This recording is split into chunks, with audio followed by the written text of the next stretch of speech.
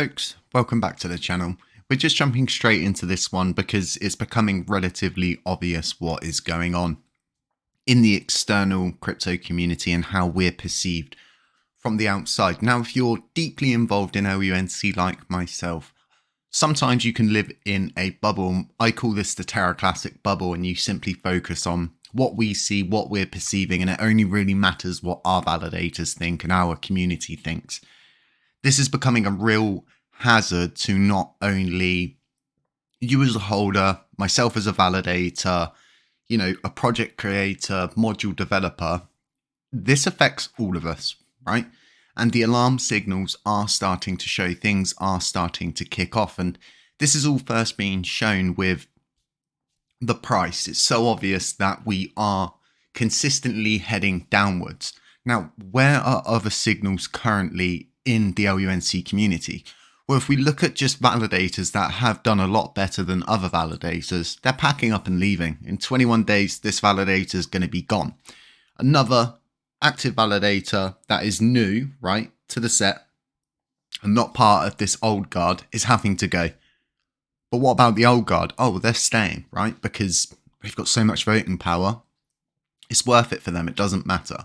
So if we go and we look at news articles currently, Crypto News is saying, is Terra Classic dead? Lowest TVL levels of all time. If we look at the Nakamoto side of things, it's currently at a 4 for the validating set and everything surrounding that. It's so centralized between those top 3 or 4 or 5 nodes.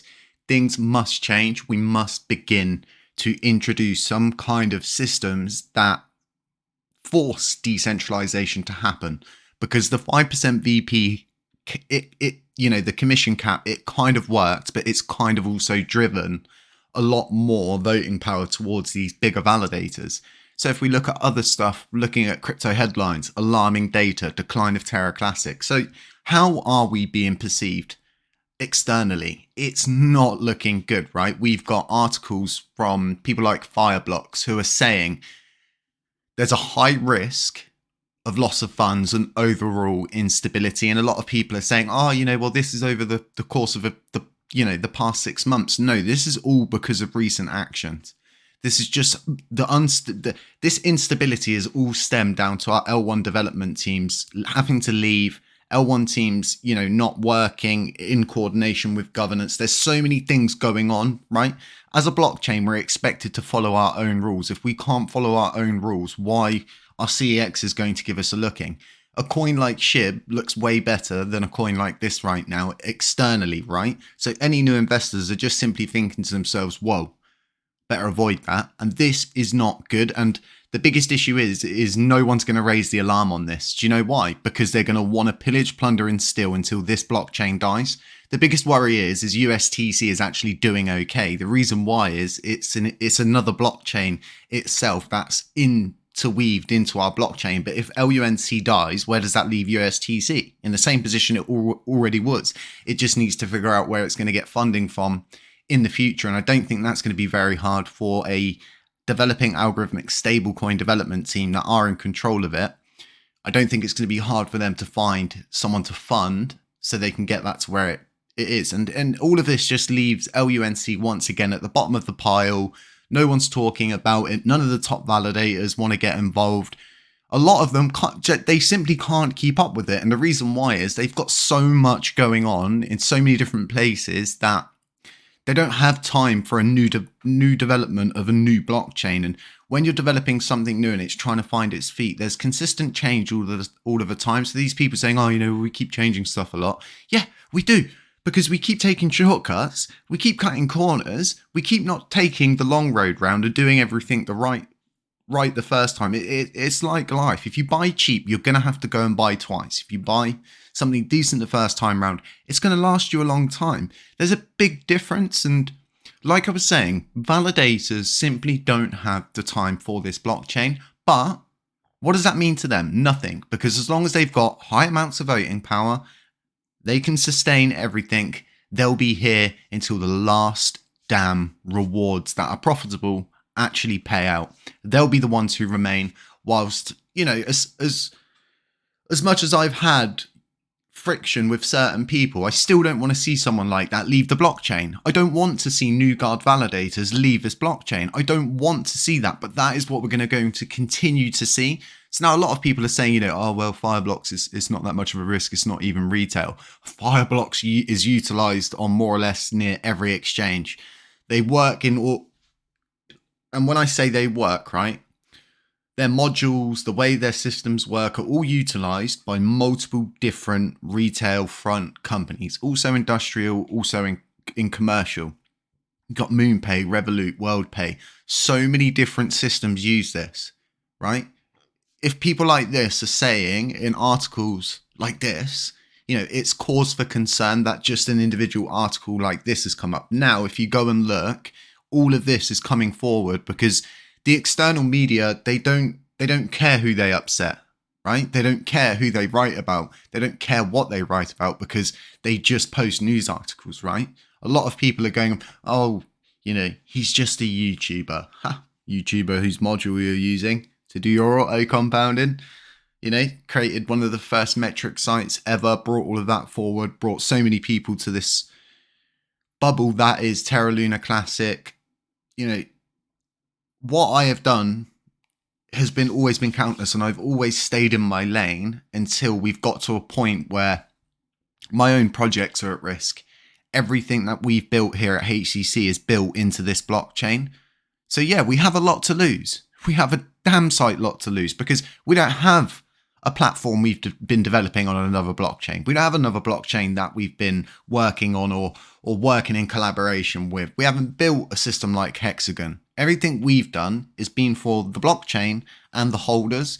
I've never taken a paycheck and I never will take a paycheck. I don't seek any power and I don't seek any control whatsoever over anything. And I'll never take a leadership position, nor will I ever put up a proposal for me to get paid some money.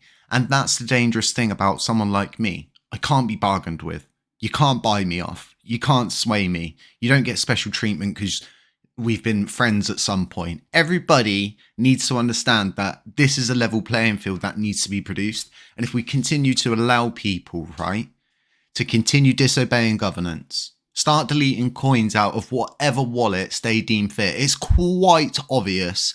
The companies have cited many reasons that pose a high risk of loss of funds and overall instability. What Fireblocks is more or less going to do, right, is pay all of retail out for their LUNC coins. That is basically what is more or less going to happen at the core of this. And this is way more than cause for concern. This leads to delistings. This leads to so much stuff that people can't even comprehend how quickly everything would collapse. And then once again, what would happen? Oh, all of these people would just move to different blockchains. There has to be a change of everything right now. And this is why I'm saying we should take pause. We should get everybody KYC'd. We should get a milestone like system where people are paid per milestone. We do everything right this time and then we start moving forward. Until this is all done, we have our own station, we have our own infrastructure, people are KYC'd, and we have that level of security and stability, right? We're gonna run every time, and then we're just gonna end up falling and be back in the hospital at this point, and everybody wondering how this happened. And then the honest truth is we rushed again. We didn't KYC people. We didn't take the time to get everybody in the same boat, working towards the same visionary mandate that has been decided, put forward, proposed, and passed via governance. Everything needs to go via governance. If you are using community funds to buy Sol or pay for lunch for you and your development team, you should probably propose it, because people are just going to be upset, because at the end of the day, right, they're not your funds. They're community funds, and we've always made the mistake as a community of paying these so-called developers before they've even done anything, before they've even proven they can do what they can do. No CVs, no interviews. Just trust me, bro. Pay me, trust me, and I'll get the work done.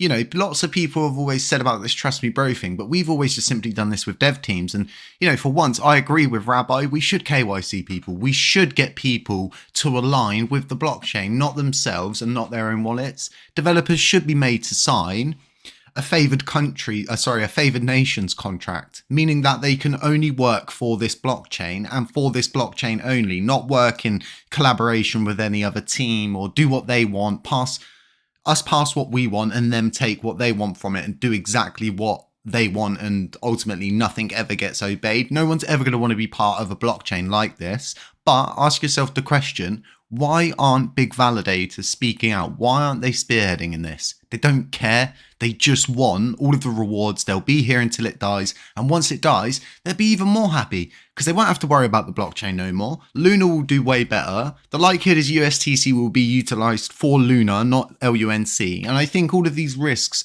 are becoming seriously real. If you look at all of the different articles that are out there, they're all screaming from the outside now. Things are not looking good. Okay, and it's down to us as a community to make change. I'm a validator. People have always moaned, oh, you know, you moan, but you don't do nothing. Well, we're doing something. We're proposing solutions. We're proposing for a pause, collect ourselves, and then move forward together as a collective. It's so much better this way. Let me know what you folks think in the comment section. I know all of this is absolutely insane, and I didn't want to be this person that has to do this. I really didn't. I just want to be a peaceful validator, building my NFT project out, integrating into the blockchain, working with other projects like I was before. I don't want to be spearheading this.